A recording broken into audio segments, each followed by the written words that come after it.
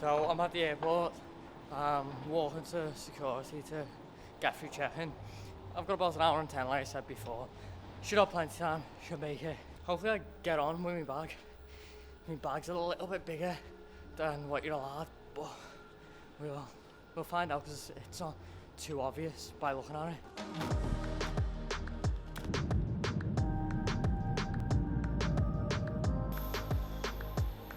I've landed, so now it's time to go find the exit and find a train or a bus to get to Dublin city centre to find my hostel. So I found my coach and it's only a €9 return, which isn't that bad, but the annoying thing is it's like a 45-minute coach journey now, so I'll see you when I get to the hostel.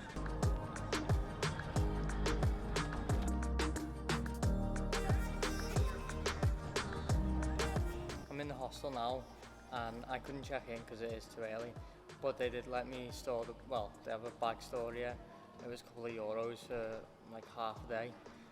So I've left my big bag, I've just got me small bag with me, just with a few bits in, like my drone and a power bank and stuff like that. I don't know if I'll even use the drone, but if I get a chance then I have it on me. You'll notice that I'm actually alone today, and that's because Jack started his teacher training and everyone else worked. So this is my first solo trip abroad, and I know it's barely abroad because it is only Ireland. It's like half an hour flight away, but I still have to get a flight, so it still counts. It's only just gone 11, so it's still quite early. Everywhere is probably still shut, but I'm going to go have a little walk around and just have a little look at the city centre and see if I can find somewhere to get food from because I'm quite hungry. Right across the road from my hostel there's a burrito place, so I had to stop and get a burrito. I think by now you probably know how much I love burritos. Got a falafel and brown rice burrito with like a load of different veggies inside.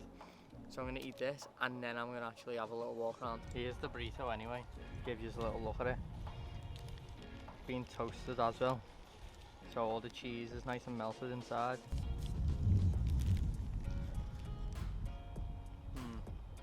It's good. I think I might be a little bit too obsessed with burritos at the moment, to be honest. So I've eaten dinner, we're just walking around now. I've got some time to kill. I've got the Guinness factory booked in at 3 o'clock, now 12 o'clock. So I'm just gonna do a bit of sightseeing for a few hours, and I've just walked past a vegan sandwich shop, so I know where I'm going for tea or dinner tomorrow. Not sure yet. Someone's had a rough night. Well, I found the city centre and I'm currently in a shopping centre. It's a lot busier around the city centre than it is round by my hostel. It's quite dead down there, even though it's only like 20 minutes away. But in here, it is chocker. I don't really know what I'm doing in here. I've got nothing else to do, to be honest. I'm just killing time. So I'm just gonna have a little wander around here, see what shops they've got, and see how big it is.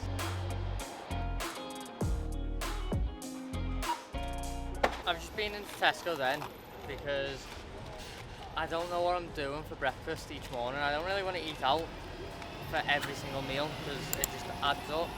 So I went into Tesco, got some mixed nuts and some Flahavens. I'm sure I'm probably saying that wrong, but Flahavens flapjacks, dark chocolate and orange, which look quite good to be fair, and because it's oat based, it's basically like having cereal, and I'm a big advocate for cereal. I eat it every day. That's like €5 there at most. There's this big massive needle. It's literally so big I'm having to like lean quite far back. Right in the centre of Dublin city centre, and it's really busy at the moment. Here's the flapjack anyway, it looks quite nice. Very crumbly, it's gone. It crumbled all down me, but it's good. The orange isn't too strong, it's nice and subtle. And same with the dark chocolate, it's not overpowering. Quite good, quite nice.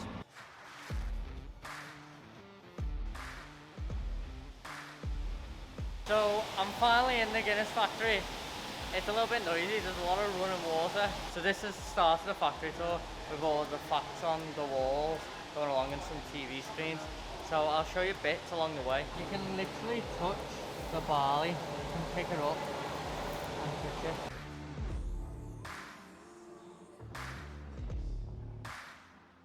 Just seen a fact then on the wall that said that in 1930 it took around 60 hours to transfer Guinness from Dublin to London. Like, that's crazy. A flight from London to Dublin now takes like 40 minutes. So can you imagine how much quicker it'll be in another 100 years? So that's the end of the tour done anyway. I'm on my way up now to the gravity bar. Probably not going to stay long. I'm just going to have the 3 pint and then go back to the hostel, check in, because I haven't actually checked in yet. So here you have it, a proper Irish Guinness.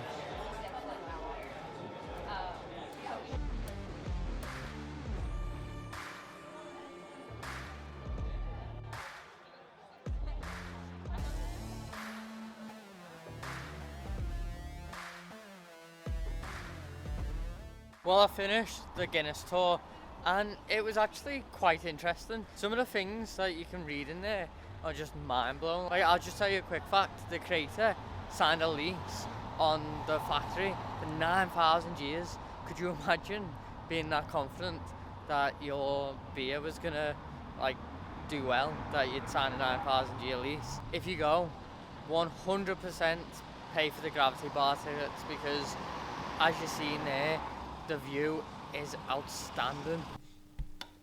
I finally checked into my hostel, so I thought I'd show you around the room a little bit.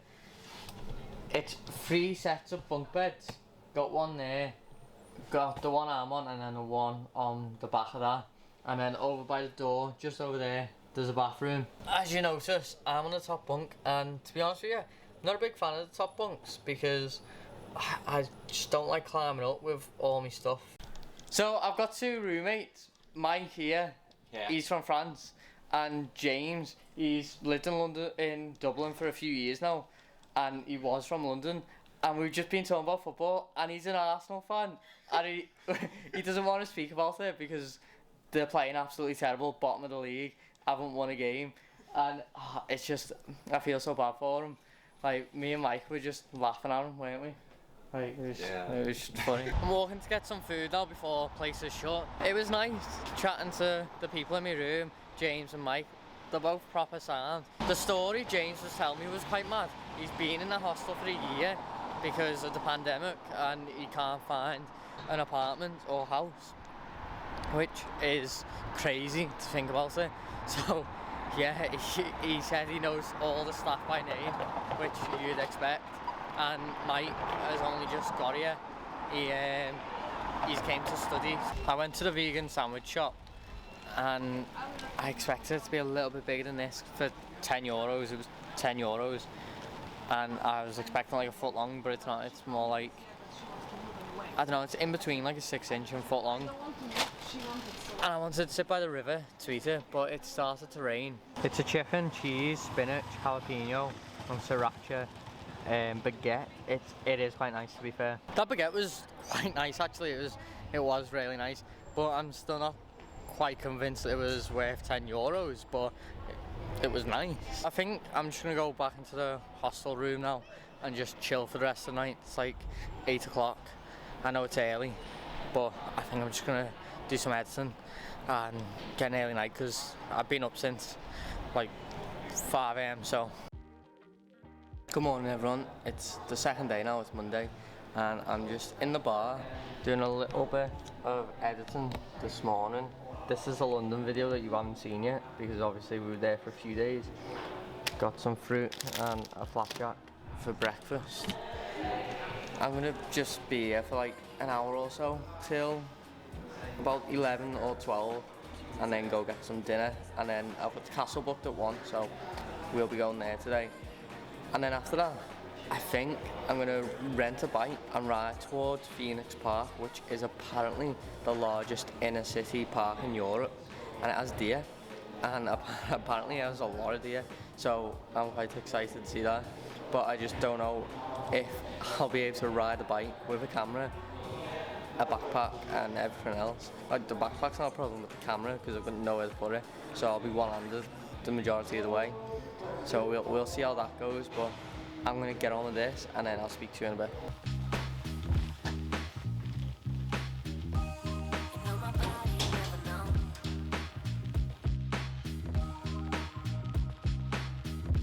I'm heading towards the castle now.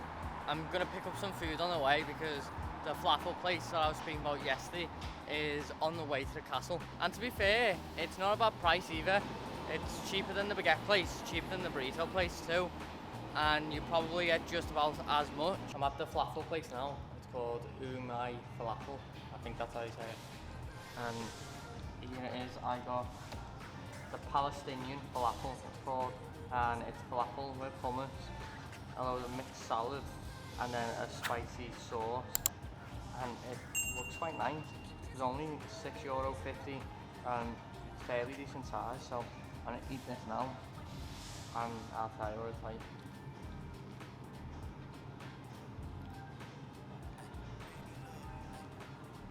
This is good. This is actually really good. So glad I sat in with it because it's already dripping all over the plate. But it's really good. I'm at Dublin Castle now, and just look at this courtyard behind me. All the architecture going around with all the columns. Doesn't really look like a castle. I have to put my backpack in a locker because they don't allow backpacks around the museum. How nice are these rooms? Look at them. Chandeliers. Paintings all over the walls. They're so nice.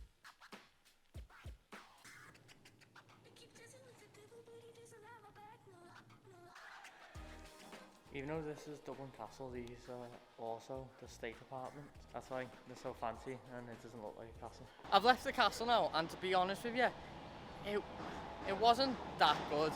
It lasted probably about an hour in total, but it was free, so it wasn't the worst. On the way out, the security guard actually stopped me to ask about my camera because he was quite interested.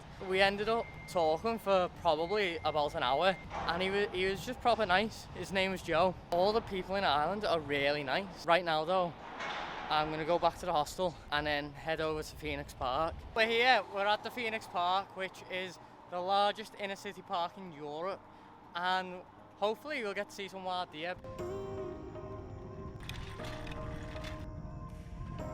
This park's absolutely massive. Look at this. So I started at this end and I'm now here, but it's taken me like 20-25 minutes to do it. That's how long it is. It's so big and I still haven't seen any deer. That's the whole point I came here for. So let's go find these deer. I literally wasn't cycling for that long and I found a deer. Look at them. Look at the little tails waggling everywhere. Look how happy they are. Oh, that one's got a niche. Look how many there are. There's loads of them. I did not see all these. They were all in the tall grass, hidden. And they all just popped up at once. They must have heard a noise that startled them. It was so funny because I was videoing and then they all just popped up. Not on this, I was on my phone. Oh yeah. Oh. Oh. You know how hard it is to ride a bike and film at the same time? It's so hard to ride the bike, focus on the road ahead, focus on bikes coming past me. You're lucky that I'm filming myself riding a bike because it is so challenging. Right now I'm walking around trying to find somewhere to eat. I've been looking at a few of the Italian websites online. They're either very expensive or they don't really have any vegan options because they make the pasta fresh, and with fresh pasta you make it using egg. After walking around for probably at least half an hour, I decided to get pizza instead. I ended up having to move because they were closing, but because I couldn't sit outside. They gave me some free chips, which was nice of them. And this is the pizza. It's pulled pork with jalapenos, mozzarella, and then tomato base.